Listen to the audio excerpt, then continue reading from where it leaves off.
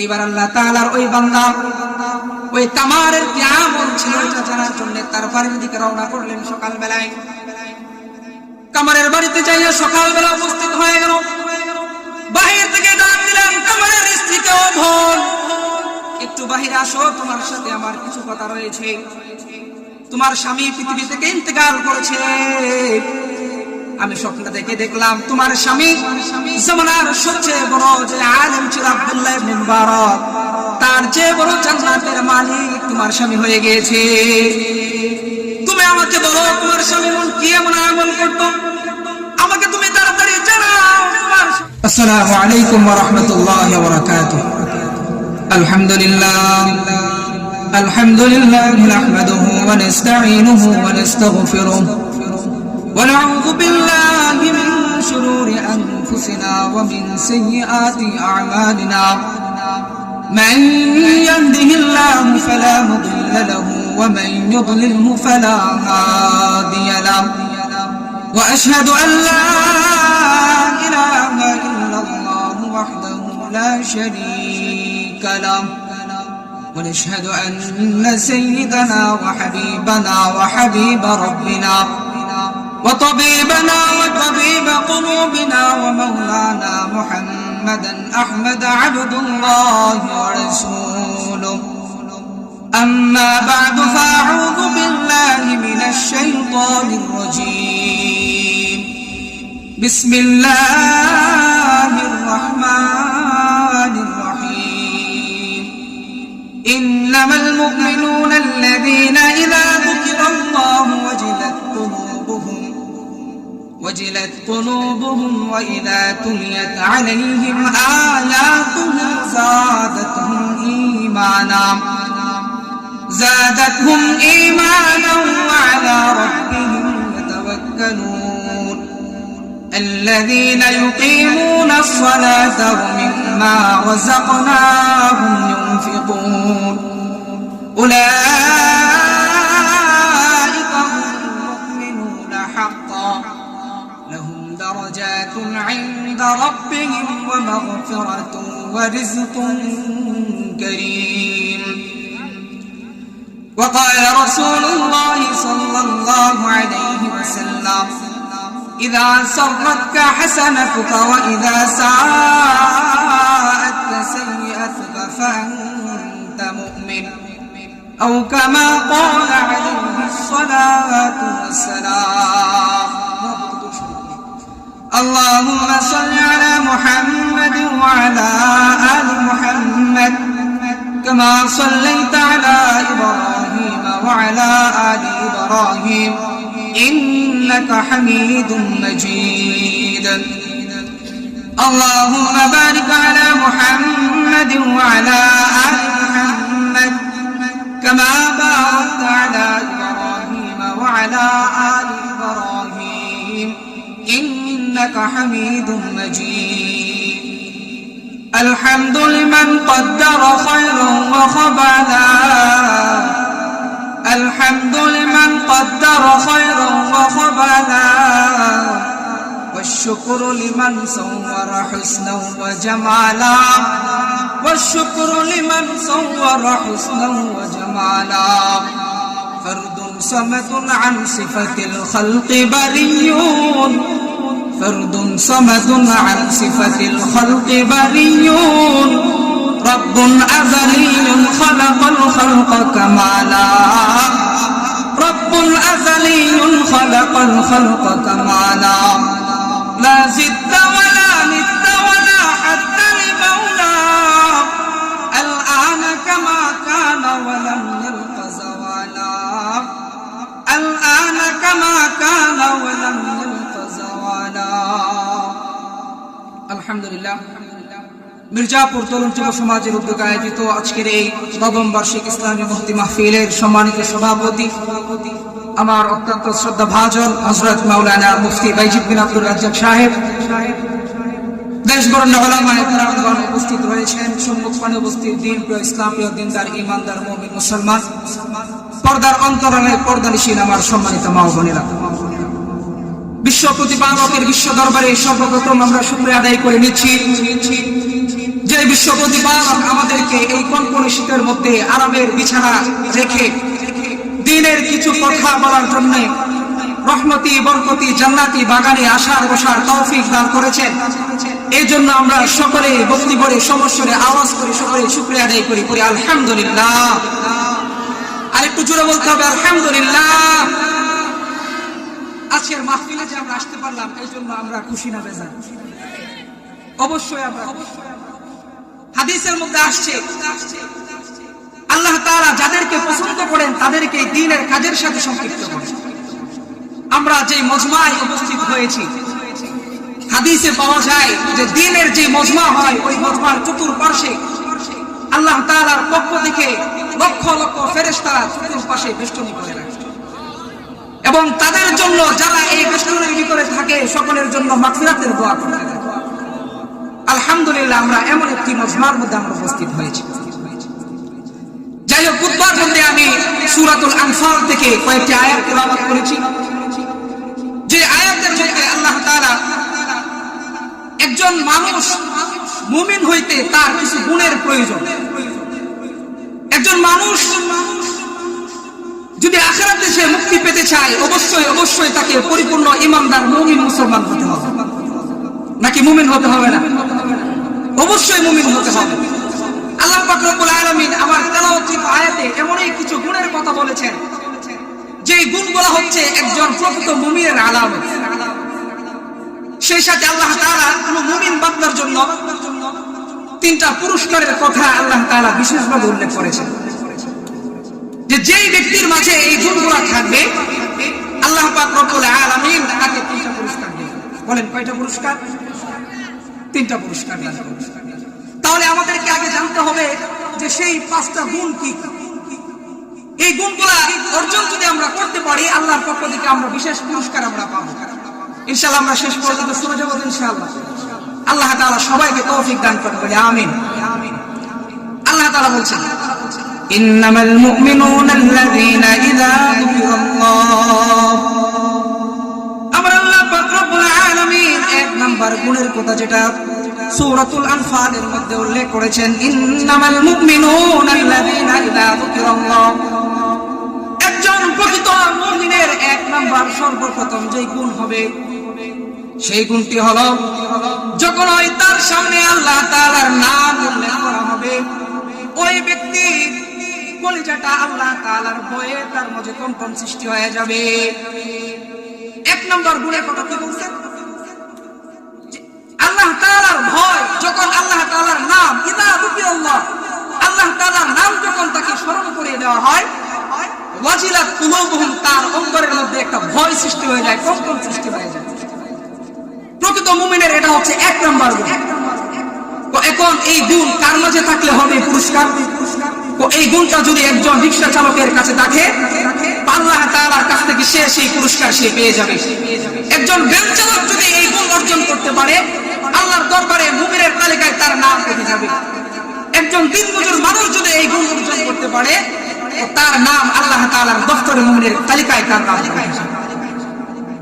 শুধু তাই নয়, সাধারণ একজন কামার সেও যদি এই গুণটা অর্জন করতে পারে হতে পারে আল্লাহ তাআলা বড় বড় অনেক বড় আলেমদের চেয়ে বড় পুরস্কার আল্লাহ তাআলা তাকে দিয়ে দিবেন। সাধারণ কোনো কথা নয়। আপনারা নাম শুনে থাকবেন জগৎ বিখ্যাত একজন তাবেঈ ছিলেন হযরত আব্দুল্লাহ ইবনে মুবারক রাহমাতুল্লাহি আলাইহি। অনেক বড় আলেম তিনি ছিলেন, পাশাপাশি অনেক ধন সম্পদেরও তিনি মালিক ছিলেন হযরত আব্দুল্লাহ ইবনে মুবারক রাহমাতুল্লাহি আলাইহি। তো উনি যখন পৃথিবী থেকে ইন্তেকাল করলেন, চলে গেলেন, অনেক পরহেজগার মানুষ ছিলেন, অনেক বড় আলেম ছিলেন। উনি যখন পৃথিবী থেকে বিদায় নিলেন, ইন্তেকাল করলেন, একদিন আরেকজন আল্লাহওয়ালা মানুষ উনি স্বপ্ন থেকে দেখতেছে যে আল্লাহর ওলি হযরত আব্দুল্লাহ ইবনে মুবারক রাহমাতুল্লাহি আলাইহি আল্লাহ তাআলা ওই জান্নাতের মধ্যে বসবাস করতেছে। সুবহানাল্লাহ। আরেকজন ওলি স্বপ্ন থেকে দেখতেছে যে আল্লাহর বান্দা কোথায়? জান্নাতে চলে গিয়েছে।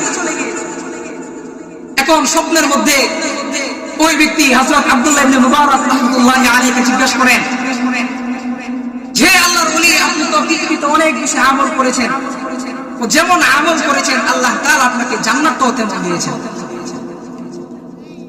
হযরত আব্দুল্লাহ ইবনে মুবারক রাহমাতুল্লাহি আলাইহি বলেন যে হে ভাই, আমি পৃথিবীতে যেরকম ইবাদত আল্লাহ তাআলার করেছি, আলহামদুলিল্লাহ আল্লাহ তাআলা আমাকে তেমন জান্নাতই দান করেছেন।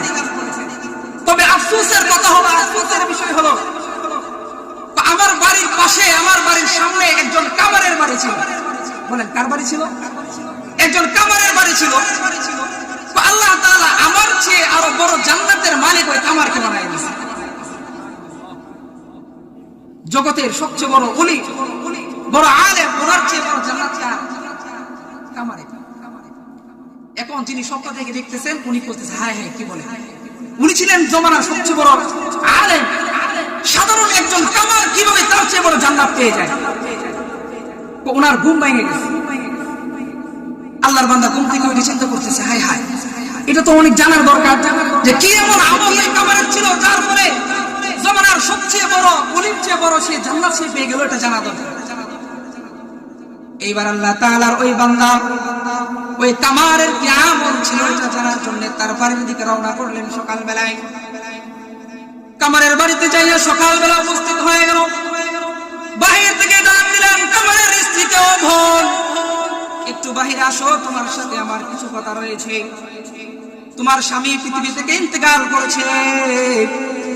আমি স্বপ্ন দেখে দেখলাম তোমার স্বামী জামানার সবচেয়ে বড় যে আলেম ছিল আব্দুল্লাহ ইবনে মুবারক, তার চেয়ে বড় জান্নাতের মালিক তোমার স্বামী হয়ে গিয়েছে।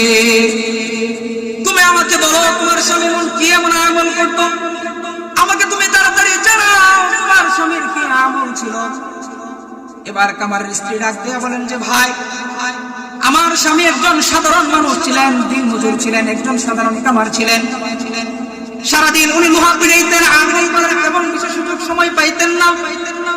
তবে আমার স্বামীর এমন দুটা আমল ছিল যে দুইটা আমলের কারণে আমার স্বামী জান্নাত পাইতে পারে, আমার বিশ্বাস হয়। ওই লোক ডাক দিয়ে বলেন, ও বোন তাড়াতাড়ি বলো কি এমন আমল তোমার স্বামীর ছিল। এবার কামারের স্ত্রী ডাক দিয়ে বলেন, এক নম্বর আমল আমার স্বামীর যেটা ছিল সেটা হলো আমার স্বামী খুব বেশি সময়ের কারণে ইবাদত করতে পারতেন না, কিন্তু উনি সব সময় আফসোস করতেন যে হায় সময়ের কারণে আমি আল্লাহ তাআলার ইবাদত করতে পারি না, সময়ের কারণে আমি ইবাদত করতে পারি না। আল্লাহ তাআলা যদি আমাকে টাকা পয়সার মালিক বানাইতেন, আমার যদি সংসার চালানোর মতো কোনো ব্যবস্থা থাকতো, আমিও আল্লাহ তাআলার ইবাদত বেশি বেশি করে করতাম। সে ইবাদত করতে পারতো না, কিন্তু ইবাদতের আগ্রহ ছিল। ব্যস্ততার কারণে অনেক সময় পারে নাই, বেশি ইবাদত করতে পারে নাই। আমার স্ত্রী বলেন যে এটা আমার স্বামীর একটা ভালো গুণ, তার ভিতরে ইবাদতের আগ্রহ ছিল, কিন্তু সময়ের কারণে সে বেশি একটা পারতো না। ওই লোক ডাক দিয়ে বলেন, আর কি আমল? দুই নাম্বার আমল তাড়াতাড়ি বলো। এবার কামারের স্ত্রী ডাক দিয়ে বলেন, গরমের দিনে আমার স্বামী যখন লোহা পিড়াইতেন, দিনের বেলায় প্রচন্ড গরম, আগুনের কাছে বেশি থাকা যায় না। রাত্রিবেলা আমার স্বামী বাহিরে বৈশা বৈশা হাতুড়ি বাইরেতেন। রাত্রিবেলায় যখন উনি কামারের কাজ করতেন, আমার বাড়ির সামনে হযরত আব্দুল্লাহ ইবনে মুবারক রাহমাতুল্লাহি আলাইহির বাড়ি ছিলেন। রাত্রিবেলায় দাঁড়ায় দাঁড়ায় আব্দুল্লাহ ইবনে মুবারক ছাদের উপরে দাঁড়ায় দাঁড়ায় তাহাজ্জুদের নামাজ পড়ে। আমার স্বামী এখানে কাজ করে আর মনে মনে আফসোস করে হায় আল্লাহর কাছে ডাক দিয়ে বলে, মালিক আমাকে একজনেরকে তুমি নামাইলা গাছতলায়, বলে দিলাম আমারও যদি আব্দুল্লাহ ইবনে মুবারকের মতো যদি ইলম কালাম থাকতো, আমারও যদি সময়ের সুযোগ যদি না থাকতো, আমিও কিন্তু একেবারে ইবাদত না করার ব্যক্তি ছিলাম না। আমার স্বামী সব সময় এটা আফসোস করতেন এবং কান্না করতেন। তবে তার বিশেষ আমল যেটা ছিল সেটা হলো যখন ওই মসজিদের মাইকে আল্লাহ তাআলার নামাজের জন্য যখন ডাকা হইতো, অথবা কেউ যদি ওনাকে আল্লাহ তাআলার নামটা স্মরণ করায় দিত, আমার স্বামীর সাথে সাথে আল্লাহ তাআলার নাম শোনার সাথে সাথে বয়ে তার শরীরটা কেঁপে যেত। আল্লাহ তাআলার নামকে স্মরণ করায় দিলে তার শরীর কেঁপে যেত আল্লাহর ভয়ে। আমি দেখেছি ওনার বিশেষ আমল, তো উনি হাতুড়ির কাজ করতেছে, হাতুড়ি উপরে উঠাইছেন, মসজিদের মাইকে হাইয়া আলাস সালাহ হাইয়া আলাল ফালাহ বলে আযান হয়ে গিয়েছে, তো উনি হাতুড়ি আর সামনের দিকে মারে নাই, পিছনের দিকে হাতুড়ি ফেলায় দিয়েছে। এবং উনি কখনো আমি দেখি নাই সামনের দিকে হাতুড়ি মারতেন, পিছনের দিকে হাতুড়ি ফেলায় দিতেন এবং আল্লাহর কাছে কান্না করে করে বলতেন, ওগো আল্লাহ পৃথিবীতে আমাকে তুমি কামার বানাইছো, আমার কোনো আফসোস নাই। পৃথিবীর মানুষ আমাকে কামার বলে না, কামার রাখো নাই, কিন্তু কিয়ামতের কঠিন ময়দানে আল্লাহ তুমি আমাকে কিন্তু কামার বলে ডাক না দিয়ে তোমার বান্দা বলে আমাকে ডাক দিও। ওই কথাগুলো বলে বলে উনি কান্না করতেন। আল্লাহ তাআলার নাম স্মরণ করায় দিলে সাথে সাথে সব কাজকর্ম ফেলে দিয়ে আল্লাহর ভয়ে মসজিদের দিকে ছুটে যেতেন।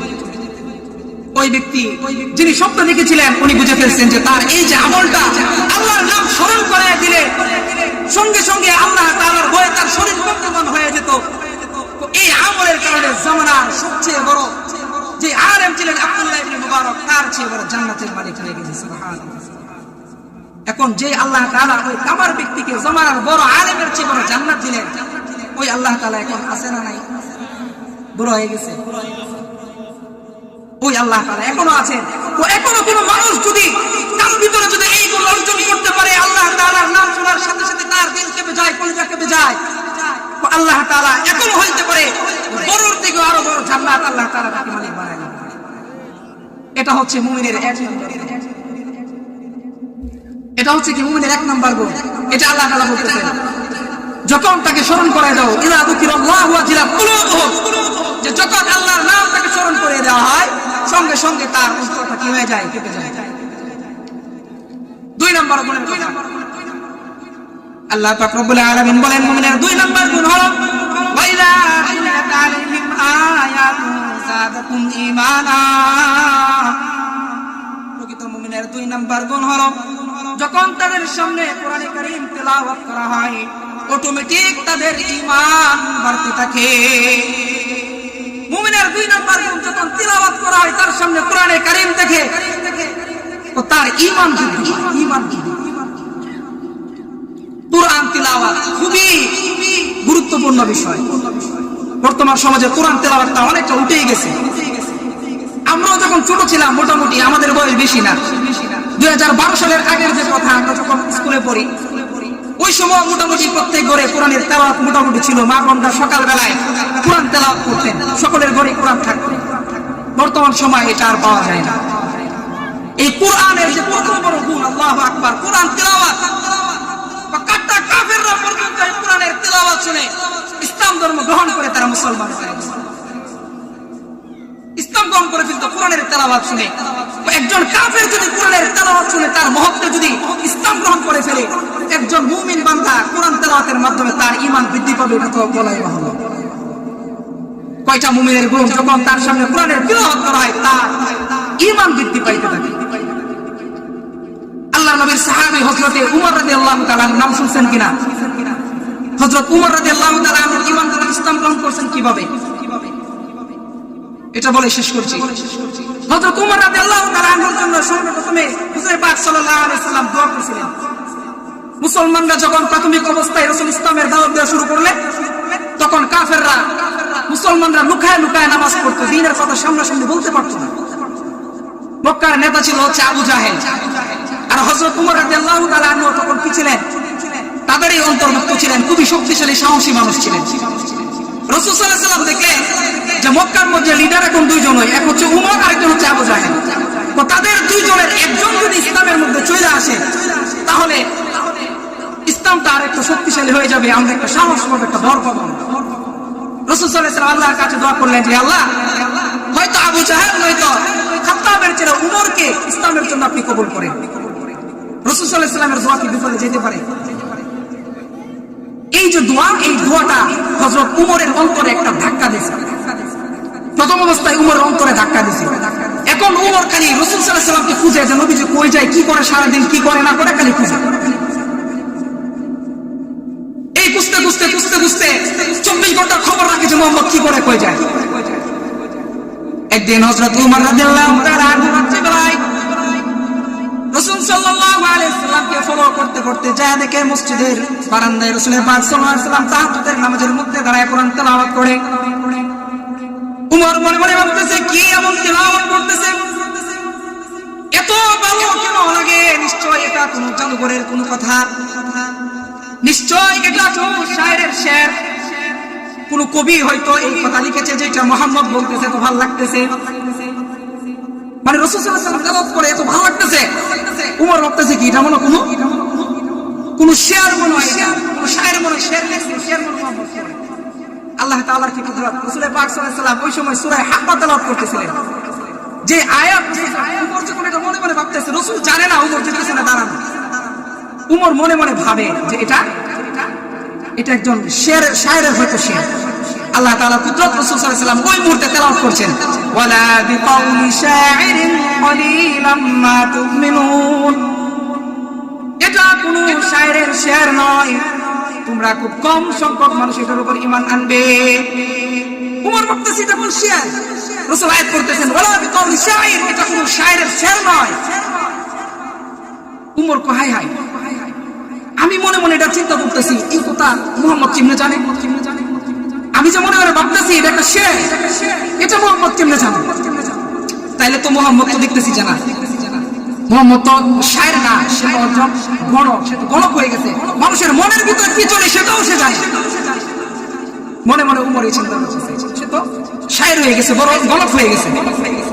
আল্লাহ তাআলা পরাইতে বলছেন, রাসূল সাল্লাল্লাহু আলাইহি ওয়াসাল্লাম তেলাওয়াত করছেন, ওয়ালা বিকাউলি কাহিরিন কলিলাম মা তাযাক্কারুন। রাসূল পাক সাল্লাল্লাহু আলাইহি ওয়াসাল্লাম তেলাওয়াত করতেছেন, না না, এটা কোনো গণকের কোনো কথা নয়, খুব কম সংখ্যক মানুষ তোমরা এটা বুঝতে পারবে, এটা কোনো কবি কোনো গণকের কোনো কথা না। এখন উমর চিন্তা করে, হ্যাঁ প্রথমে ভাবলাম শের, মুহাম্মদ বলে শের না, এখন আমি মনে মনে চিন্তা করতেছি মুহাম্মদ মনে হয় গণক, মনের খবর জানতে পারে, এখন সে আবার বলতেছে যে না এটা কোনো গণকের কোনো কথা না, তাহলে এটা কি?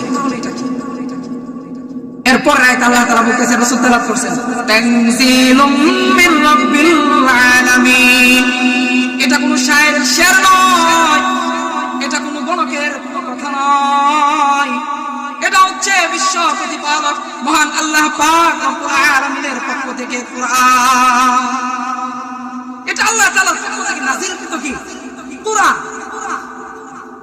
এই যে একটা ধাক্কা উমরের অন্তরে লাগছে, একবার এটা পাবে একবার এটা পাবে, উমর এখান থেকে চলে গেছে, তাহলে ধাক্কা লাগছে কয়টা? দুইটা। এখন রাসূল সাল্লাল্লাহু আলাইহি ওয়াসাল্লাম দোয়া করছে, দ্বিতীয়বার আবার কোরআনের তেলাওয়াতের আরেকটা ধাক্কা উমরের অন্তরের মধ্যে লাগছে।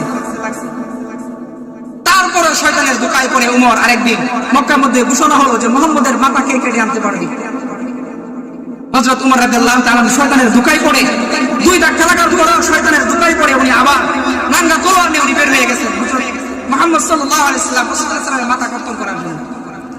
হযরত উমর রাদিয়াল্লাহু তাআলা যখন নাঙ্গা তলোয়ার নিয়ে বের হলেন, রাস্তায় এক সাহাবী হযরত নাঈম রাদিয়াল্লাহু তাআলার সাথে সাক্ষাৎ হয়ে গেল। ডাক দিয়ে বলেন, উমর এত রাগান্বিত হয়ে তুমি কই যাও? উমর বলে, মুহাম্মদের মাথা আজকে কেটে আনার জন্য যাচ্ছি, নাউযুবিল্লাহ, মুহাম্মদের মাথা আনার জন্য যাচ্ছি। এবার ওই লোক ডাক দিয়ে বলে, ও উমর, মুহাম্মদের পরে কত করে চিন্তা করো, তোমার আপন বোন এবং তোমার ভগ্নিপতি তো মুসলমান হয়ে গিয়েছে, তুমি মুহাম্মদের চিন্তা বাদ দাও, আগে তুমি নিজের ঘর সামলাও। তুমি মুহাম্মদের মাথা কাটতে যাও, তোমার বড় আগে সামলাও না, তোমার বোন তোমার ভগ্নিপতি তারাই তো ইসলাম ধর্ম গ্রহণ করে ফেলছে। এই কথা যখন উমর রাদিয়াল্লাহু তাআলা শুনছে, মিজাজ তো এমনিতেই গরম, আরো গরম হয়ে গেছে। হায় হায় বলে কি? হযরত উমর রাদিয়াল্লাহু তাআলা সঙ্গে সঙ্গে রাস্তা ঘুরায় ফেললেন, নবীদের কাছে না যাইয়া বোনের বাড়িতে চলে গেলেন। যায় দেখে বাহির থেকে ভিতর থেকে আওয়াজ আসছে, কি যেন গুনগুন করে তেলাওয়াত করে। উমর রাদিয়াল্লাহু তাআলা দরজার মধ্যে করাঘাত করলেন, ভিতর থেকে আওয়াজ আসলো, কে? ভিতর থেকে আওয়াজ আসলো, বলেন আমি উমর, তাড়াতাড়ি দরজা খোলো। বোন যখন দরজা খুলে দিলেন, কোনো কথা নাই, সঙ্গে সঙ্গে বোন এবং ভগ্নিপতি উভয়জনকে উমর মারামারি শুরু করে দিল। দরজা খুলছে আর কোনো কথা নাই, ডাইরেক্ট ফিরে। তোরা ইসলাম ধর্ম গ্রহণ করে লেছিস, আমি এদিক দিয়ে ইসলাম বিরুদ্ধ কাজ করতেছি। মারতে মারতে উমর যখন একটু মোটামুটি হয়ে গেল, তারপরে বোন বলতেছে যে ভাই, যতই মারো না কেন, যত কিছুই তুমি করো না কেন, যে ইসলাম গ্রহণ করে ফেলেছি, এখন যদি একেবারে মেরে ফেলো, তারপরে ভিতর থেকে আর ইসলামকে কখনো ছাড়তে পারবো? আগে থেকেই তো দুইটা ধাক্কা দেওয়া। বোন যখন এই কথা বললেন, কাঁদতে কাঁদতে উমরের মনে একটু ধাক্কা লাগছে। এবার উমর রাদিয়াল্লাহু তাআলা বলেন, ঠিক আছে, তোমরা কি পড়তেছিলে আমাকে শোনাও। বোন বলে, অপবিত্র অবস্থায় ধরা যাবে না, লা ইয়ামাসসুহু ইল্লাল মুতাহহারুন, এটা কুরআন, এটা অপবিত্র অবস্থায় ধরা যাবে না, পবিত্রকারীদের জন্য এটা স্পর্শ করা যাবে। এবার উমর রাদিয়াল্লাহু তাআলা গোসল করে আনা হলো। উমর রাদিয়াল্লাহু তাআলা বলেন, পড়ো, তোমরা কি পড়তেছিলে? এবার বোন তেলাওয়াত করা শুরু দিল, তাহা মা আনজালনা আলাইকাল আশকা। হযরত উমর রাদিয়াল্লাহু তাআলা যখন তেলাওয়াত করা শুরু করে দিল, হযরত উমর রাদিয়াল্লাহু তাআলা আরবি মানুষ ছিলেন, সব অর্থ তর্জমা সব বুঝতেছে। উমরের চোখ দিয়ে অটোমেটিক টপটপায় পানি পড়ে। উমর রাদিয়াল্লাহু তাআলা বললেন যে চোখ পুরো বন্ধ করো, আর পড়তে হবে না, আমাকে এখন এই মুহাম্মাদের কাছে নিয়ে যাও। হযরত উমর রাদিয়াল্লাহু তাআলা রাসূল সাল্লাল্লাহু আলাইহি ওয়াসাল্লামের বাড়ির দিকে ছুটলেন। দূর থেকে সাহাবায়ে কেরাম দেখতেছেন উমর আসতেছে। রাসূল সাল্লাল্লাহু আলাইহি ওয়াসাল্লামের চাচা হযরত হামজা রাদিয়াল্লাহু তাআলা বলেন, উমর যেহেতু আসতেছে নিশ্চয়ই কোনো একটা কারণ অবশ্যই রয়েছে। যদি সে ভালো নিয়তে আসে তাহলে ভালো, আর যদি খারাপ নিয়তে আসে তাহলে তার তরবারি দ্বারাই তার মাথাকে দ্বিখণ্ডিত করে দেওয়া হবে। দূর থেকে দেখতেছে উমর আইতেছে। উমর তো ছিলেন শক্তিশালী মানুষ, সবাই ভয় পাইত। ঠিক আছে আসতে দাও, আসো, যদি ভালো নিয়তে আসে তাহলে তো ভালো, আর যদি মতলব খারাপ থাকে তাহলে তার তরবারি দিয়ে তার মাথাকে কেটে দেওয়া হবে। হযরত উমর রাদিয়াল্লাহু তাআলা রাসূল সাল্লাল্লাহু আলাইহি ওয়াসাল্লামের দরজার সামনে চলে আসলেন। রাসূল পাক সাল্লাল্লাহু আলাইহি ওয়াসাল্লাম নিজের জায়গা ছেড়ে একটু সামনের দিকে অগ্রসর হলেন। সামনের দিকে অগ্রসর হয়ে হযরত উমরের জামার কর্নার ধরে বলেন, উমর কিসের জন্য আসলাম? সবকিছু ঠিক আছে, তুমি কিসের জন্য আসলাম? উমর রাদিয়াল্লাহু তাআলা বলেন, ওগো নবী, আমি ইসলাম ধর্ম গ্রহণ করার জন্য এসেছি, আমাকে আপনি পড়ায় দেন সেই মধুর কালিমা লা ইলাহা ইল্লাল্লাহু মুহাম্মাদুর রাসূলুল্লাহ। হযরত উমর রাদিয়াল্লাহু তাআলা কোরআনের তেলাওয়াত কি হয়ে গেলেন? মুসলমান হয়ে গেলেন। কোরআনের তেলাওয়াত তার এই তিন ধাক্কায়, একটা হচ্ছে দোয়ার ধাক্কা, দুইবার কোরআন তেলাওয়াতের ধাক্কায় হযরত উমর রাদিয়াল্লাহু তাআলা ইসলাম ধর্ম গ্রহণ করে ফেললেন। আল্লাহ তাআলা বলছেন যে যেই মানুষের সামনে কোরআন, যেই মুমিনের সামনে কোরআন তেলাওয়াত করা হলে তার ঈমান বৃদ্ধি পায়, সেটা হচ্ছে এই মুসলমান ঈমান মুমিনদারে মুমিনের 2 নম্বর। 3 নম্বর গুণ হলো একজন মুমিন সে সদা সর্বদা সর্ব হালতে বিপদে আপদে বালা মুসিবতে ভরসা করবে একমাত্র আল্লাহ তাআলার উপর। বলেন কার উপরে? একমাত্র আল্লাহ তাআলার উপরে ভরসা করবে। 4 নম্বর আল্লাযীনা ইউকিমুনাস সালাতা ওয়া মিম্মা রাযাকনাহুম ইউনফিকুন।